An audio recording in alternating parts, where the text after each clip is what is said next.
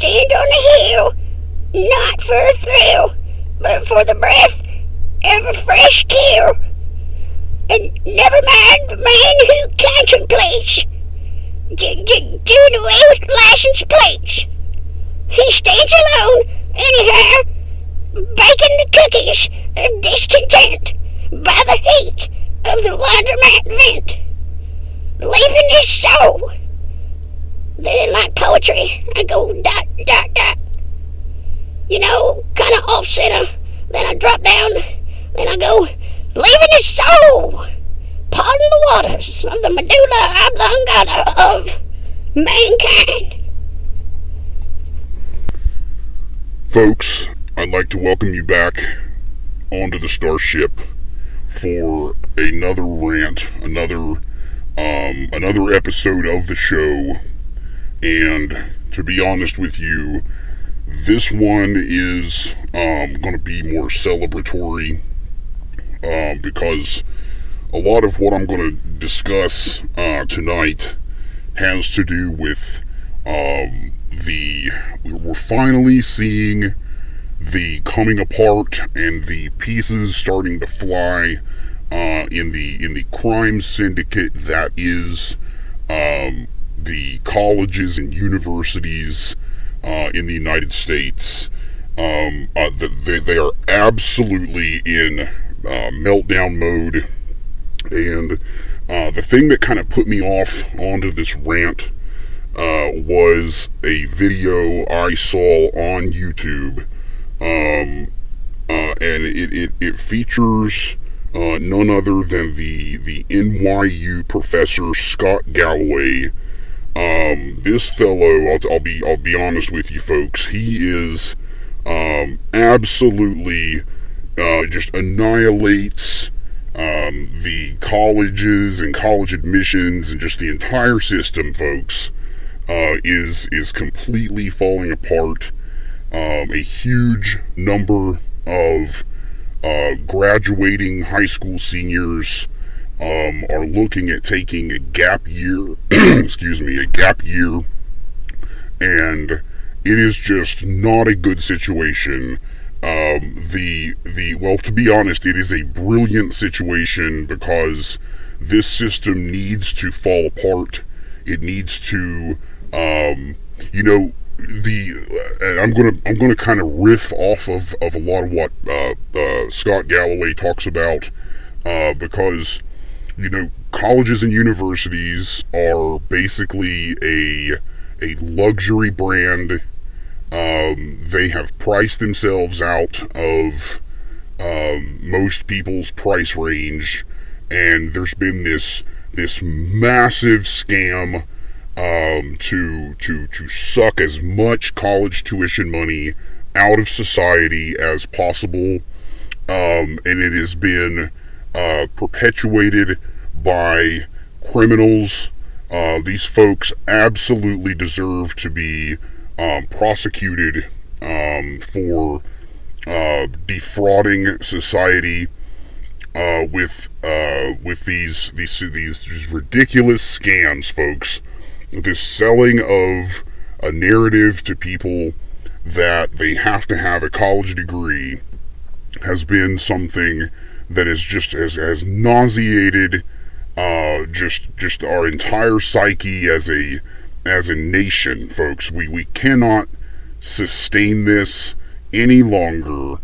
It's starting to boil over in a lot of different facets of society, and it's just not holding water anymore. Finally, the parts are starting to fly off of it, and we have to sit back and prepare for a prolonged period where you're going to see post-secondary education go through the death throes.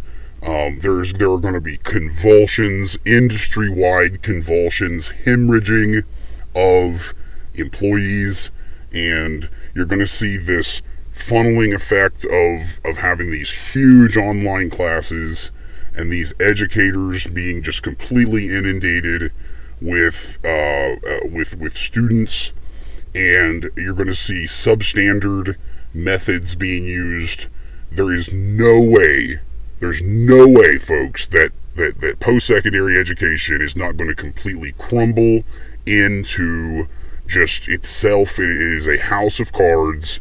This has all been the perfect storm to take it all apart, and it could not be happening to a more deserving group of people. But sadly, we have to remember that a lot of the people in the system of post-secondary education in these colleges and universities, they are not knowingly perpetuating the scam. I mean, yes, they should be smart enough to figure it out, but the system is so flooded with people and just ridiculous culture that's been generated of just this candidacy of just these layers of bureaucracy and just so much unnecessary complexity. It's finally all being called home, folks.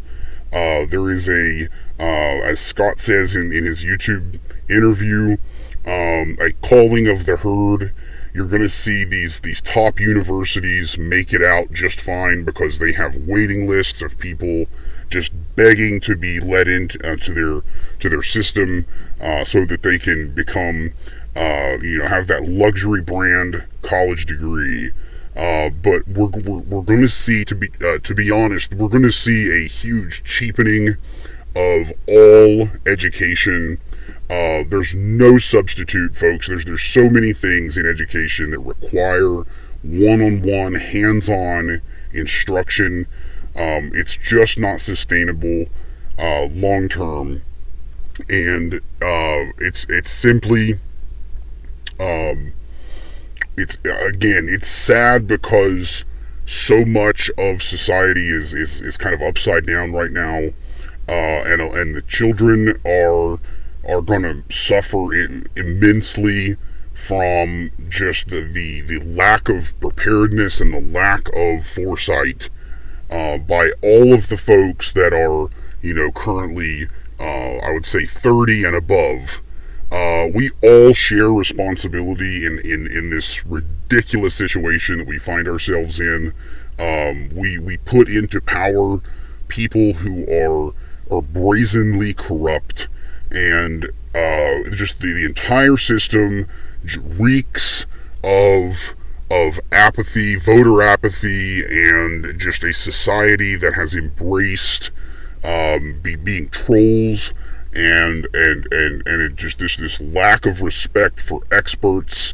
It's just all boiling over, and the post-secondary college crime syndicate that is all of this blood-sucking cult level elitism is honestly only going to be affected if they themselves are questioned openly and honestly, and folks who can be found to be knowingly perpetuating this indebting of society to a degree that is beyond any rationality. There's no reason for the tuition, average tuition of these places to have risen the ridiculous 1,800%. I think I've heard in the past so many years. It's just unmatched by any other anything that anyone who can be connected to the scam needs to be able to be prosecuted and brought to justice, folks, because and make no mistake, there are going to be death throes as this institution, these all-powerful oligarchs, folks, that are the heads of these universities, with these corrupt tax-free endowments. It's all. Make no mistake, they are going to do everything in their power to continue to suck as much college tuition out of society as possible. They're going to be cheapening all of it at the same time while charging more for it, and maybe not charging individuals more, but allowing more people into their phony online substandard pseudoscience based platforms for assessment and instruction. It's all going to be highly rigged. You talk about manipulating data. Wow, we haven't even started to see the levels of bullshit that are going to come from this crime syndicate being brought into the open. These people finally seeing what a Zoom class is like when you have a college professor who can't even string together their thoughts and into a coherent piece of instruction. And it's all coming out, folks. There are lawsuits, people demanding their money back, saying that this post-pandemic bullcrap instruction that's going on, these people panicked, trying to put together ridiculous, impossible things to try to replace in-person instruction. So much of it is not going to work. I fear, honestly, that somehow, instead of this all being used to somehow restructure the system into something more reasonable, in fact, we're going to see somehow, folks, they are going to get even more ridiculous with how they do things. There's no way that I won't believe it until I see it, that there's light at the end of this tunnel. The